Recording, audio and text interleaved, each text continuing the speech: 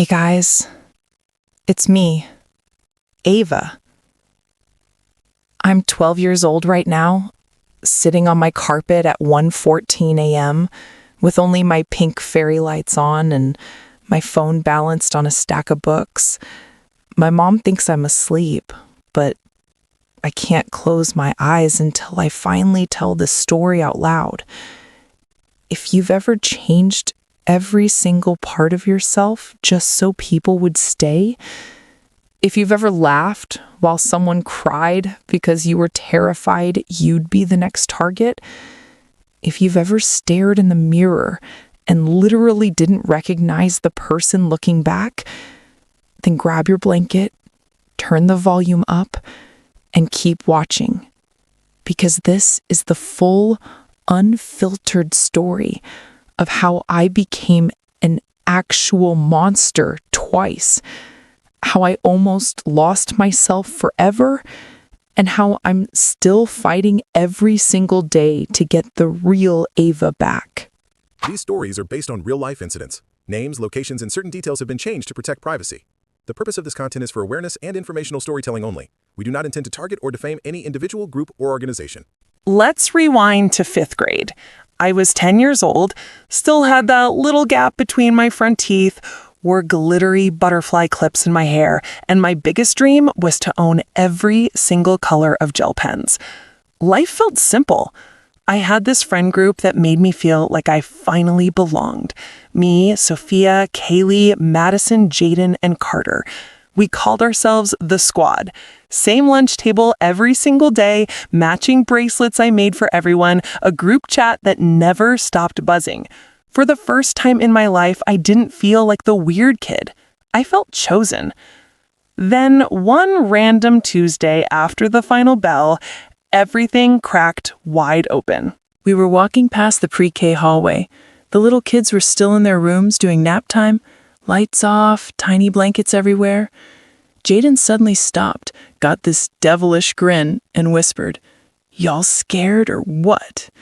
Before anyone could answer, he pushed open the door, tiptoed inside, and came sprinting back out holding an entire bright blue snack basket. Goldfish crackers, fruit snacks, mini Oreos, those little apple juice pouches with the tiny straws. He lifted it up like he just scored the winning touchdown, and everyone lost their minds cheering. My stomach dropped so fast I felt dizzy. These snacks belonged to literal 4-year-olds who couldn't even spell their own names yet. But Sophia turned to me with that look, the look that said, "Don't ruin this," and laughed, "Come on, Ava, live a little." My heart was pounding so loud, I swear the hallway cameras could hear it. I forced the biggest, fakest smile I'd ever made and said, okay, pass me the goldfish." That exact second was the first time I sold a piece of my soul just to stay in the group. After that day, it became our daily ritual. We had roles, like we were pulling off some Ocean's 11 heist. Kaylee would sweet-talk the hallway aide and pretend she lost her water bottle. Madison would stand lookout. Jaden and Carter would grab everything that wasn't nailed down. Sophia and I would stuff our backpacks until the zippers barely closed. I can still hear the sound of those tiny juice boxes clinking together while I walked to the bus stop. I can still feel the way my hands shook the entire ride home. I kept telling myself, it's just snacks, it's not hurting anyone. But every single time we did it, another tiny piece of the real Ava chipped away. A couple weeks later, the behavior spread to the teachers. We had this one teacher, Mrs. Carter. She was literally the sweetest human alive. Wore cardigans with cats on them, always smelled like sugar cookies, let us retake quizzes if we bombed them. But Jaden decided she was annoying, so the whole squad declared war.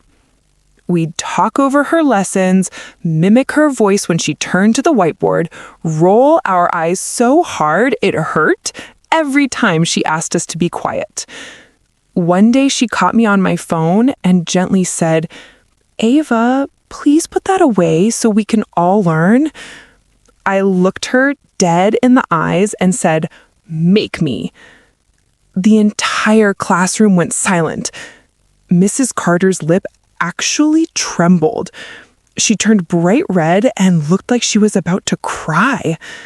Under the table, Sophia and Kaylee squeezed my hand and whispered, "Period," like I just dropped the sickest comeback ever. I went home that afternoon, walked straight to my room, shut the door, and just stared at my ceiling for 3 hours. That wasn't me. The real Ava would have apologized the second she saw Mrs. Carter's face fall. The new Ava felt nothing. I had officially turned numb. Then the bullying started, and that's when things got truly ugly. There was this boy in our class named Ethan who had a pretty bad stutter. Whenever the teacher called on him, the whole squad would start smirking. We'd finish his sentences in the cruelest way possible. We'd bark like dogs when he tried to talk. I hate admitting this, but I was the one who started calling him Glitch. It caught on instantly. Every single time Ethan's eyes filled with tears, the squad would lose it laughing, and I would laugh the loudest because I was terrified that if I didn't, they would turn around and do the exact same thing to me. One day, near the end of the year, Jaden playfully shoved Ethan by the lockers a little too hard. Ethan tripped, fell flat on his back, books flying everywhere, glasses crooked on his face. The hallway erupted in laughter. I remember looking down at him, scrambling to pick up his stuff, trying so hard not to cry in front of everyone. And something deep inside me screamed, "Help him! Say sorry! Do something!" But I didn't. I stepped over his notebook like it was trash and kept walking with the squad while they all hyped me up. That night, I locked myself in the bathroom and cried until I threw up. I literally made myself sick because I finally realized I'd become someone I hated. The rest of 5th grade blurred into this nightmare loop. Steal snacks from babies, disrespect every adult, destroy anyone who was slightly different, all so I could keep my seat at that lunch table. I started cursing like it was punctuation. I rolled my eyes at my own mom. I became the queen of mean. And the scariest part? I was good at it.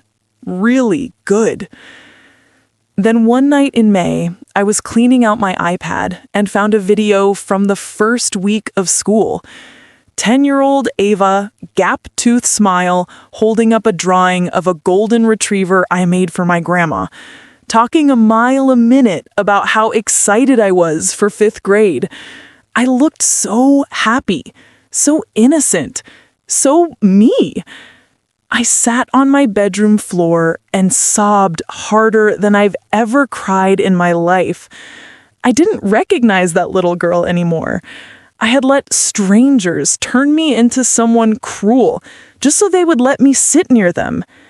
The very next day, I made the hardest decision I had ever made in my 10 years on this planet. I walked away. I stopped sitting with them at lunch. I left the group chat. When they cornered me by the water fountain asking what my problem was, I just whispered, "I can't do this anymore," and walked away. They called me fake, stuck up, a traitor. They said I thought I was better than everyone now. I started eating lunch in the counselor's office with Mrs. Rivera, who never asked questions, just let me sit there and read. I took the longest routes to every class just to avoid running into them. It was the loneliest summer of my life, but for the first time in almost a year, I could breathe without feeling like I was drowning in guilt. I swore to myself 6th grade would be different. New school, new building, new start. I promised the mirror every single morning, this year I stay me, no matter what. I lasted exactly 19 days. Middle school hit like a hurricane. Bigger lockers, rotating schedules, a cafeteria that felt like a zoo. And then there was this table. The table. 12 kids, always laughing the loudest, always in the middle of the newest drama, always the ones everyone wanted to be around.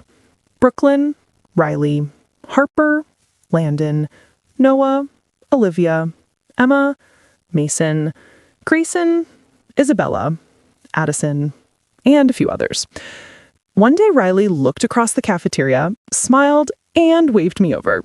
My heart did that same stupid flip it did back in 5th grade. I grabbed my tray and basically floated over. I sat down, and just like that, I was back in the cycle. Only this time, it was on steroids. 6th grade was a whole different beast. Dating became the entire social currency. If you didn't have a boyfriend or girlfriend by October, you were basically invisible. Girls were getting asked out by the vending machines, breaking up over Snapchat, crying in the bathroom stalls between classes. It was absolute chaos. I didn't even have a crush on anyone, but one day I was sitting in math, staring at the clock, thinking, if I don't get a boyfriend soon, I'm going to be the only one left out. So I started flirting with this boy named Malik, just because he was tall, played basketball, and every girl wanted him. We went out for 12 whole days. We never held hands, we barely spoke. It was 100% for clout and Instagram stories. Then the identity pressure started. Brooklyn came out as bi first, then Harper, then a couple others. Suddenly, it felt like the cool thing to do. People were experimenting. People were figuring themselves out, which, again, is completely fine if it's real and honest. But for me, I started spiraling hard. I remember lying in bed at 2 a.m., staring at my ceiling fan, thinking, what if I just say I'm bi too? Then I'll fit in perfectly. Then they'll never leave me. I wasn't. I know that now with every fiber of my being. But back then, I was so desperate to keep my brand new seat at the cool table that I was ready to lie about something as deep and personal as my identity just to make sure they kept me around.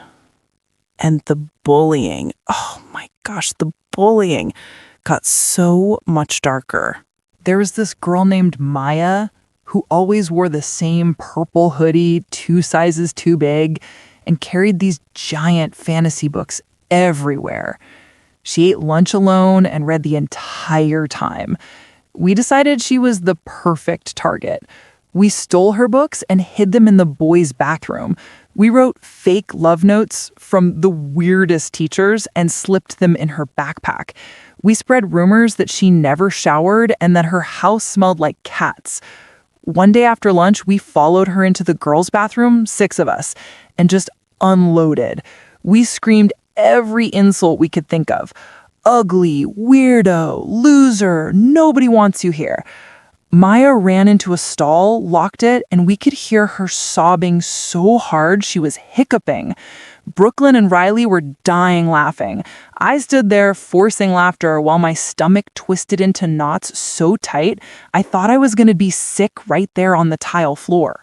That night, I cried harder than I ever had in my entire life.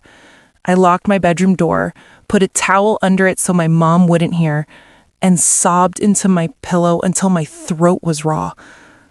I couldn't tell anyone the truth, that their perfect little girl had become the villain in someone else's story. The final breaking point came in March. Some girls from a completely different crew, Lexi, Skylar, Zoe, and their friends, were furious because of drama I didn't even start. But I had been talking trash right alongside Brooklyn, Riley, and Harper, so screenshots were flying around with my name in them. Word got out they were planning to jump me after school. 5 against 1. In the parking lot. I spent the entire day shaking like a leaf. During 3rd period, I hid in a bathroom stall and cried so hard I almost threw up. I texted my mom that I had a migraine and needed to come home early because I was too ashamed to tell her I might get beat up because of the person I had chosen to become. That night, I had a full-on panic attack. Couldn't breathe, couldn't stop crying, thought I was actually dying. And in that moment, sitting on my bathroom floor at 11 p.m., it hit me like a truck. The people I changed everything for were never going to protect me. They were the entire reason I was in danger. So, I did the single hardest thing I have ever done in my 12 years on this earth. I cut every single one of them off. Cold turkey. I deleted the group chat, blocked every number, unfollowed every account, removed myself from every Snapchat group, started eating lunch in the library with noise-canceling headphones on, took different staircases, became a ghost on purpose. And the second I disappeared, the knives came out. Suddenly, I was stuck up. I was fake. I thought I was better than everyone. They made up lies that I was the one starting all the drama. They told people I was talking behind backs when they were the ones doing it the entire time. They turned me into the villain of every single story they told. But you know what? Their reaction proved everything. Real friends don't try to destroy you the minute you choose yourself. Now, I'm in 7th grade, and I'm still healing. Some days by the hour. Some days, the loneliness is so heavy, I sit in the bathroom stall at lunch and cry into my hoodie sleeve. Some days, I walk past the cool table and see Brooklyn, Riley, Harper, and everyone laughing without me, and my chest physically aches like someone punched me. Some days, their voices still echo in my head, telling me I'm weird, I'm boring, I'm nothing without them. But then I remember who I became when I was with them. I remember stealing snacks from 4-year-olds who couldn't even defend themselves. I remember making Ethan cry because of his stutter. I remember hearing Maya sob in that bathroom stall while I laughed like a psychopath. I remember almost getting jumped because I wanted so badly to be cool. And every single morning, I look in the mirror and I make the same promise. Today, I choose the real Ava, even if it means I eat alone, even if it means I don't get invited anywhere, even if it means some days the loneliness tries to swallow me whole. Because I would rather be alone for the rest of my life than ever become that monster again. I'm slowly figuring out who the real Ava actually is. I'm the girl who says good morning to Mr. Thompson, the janitor, even when no one else does. I'm the girl who helps the new kid find their science class, even if it makes me late. I'm the girl who would rather sit quietly in the library reading than hurt someone just to feel powerful for 5 seconds. And yeah, it's hard.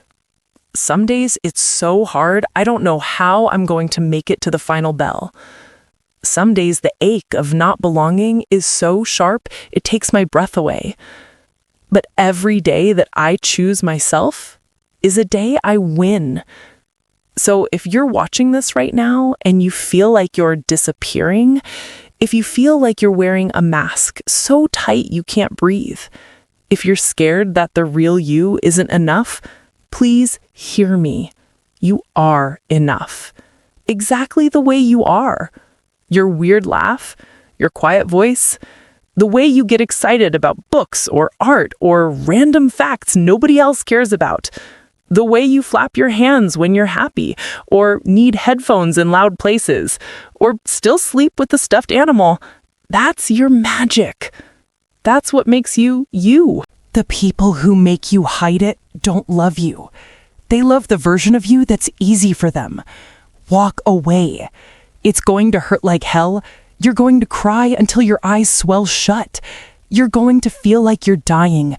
But one day, you're going to wake up, look in the mirror, and smile a smile that's actually real. And that smile will be worth every single tear. I'm still climbing out of the hole I dug. I still have days where I'm scared I'll repeat the cycle. But every morning, I look at myself and say the same thing. Today, I choose the real Ava, even if it means I'm alone. because 1,000 fake friends will never be worth one real you. So yeah, that's my entire story. The one I never thought I'd have the courage to tell the internet. Be careful who you call your friend. Some people won't just break your trust.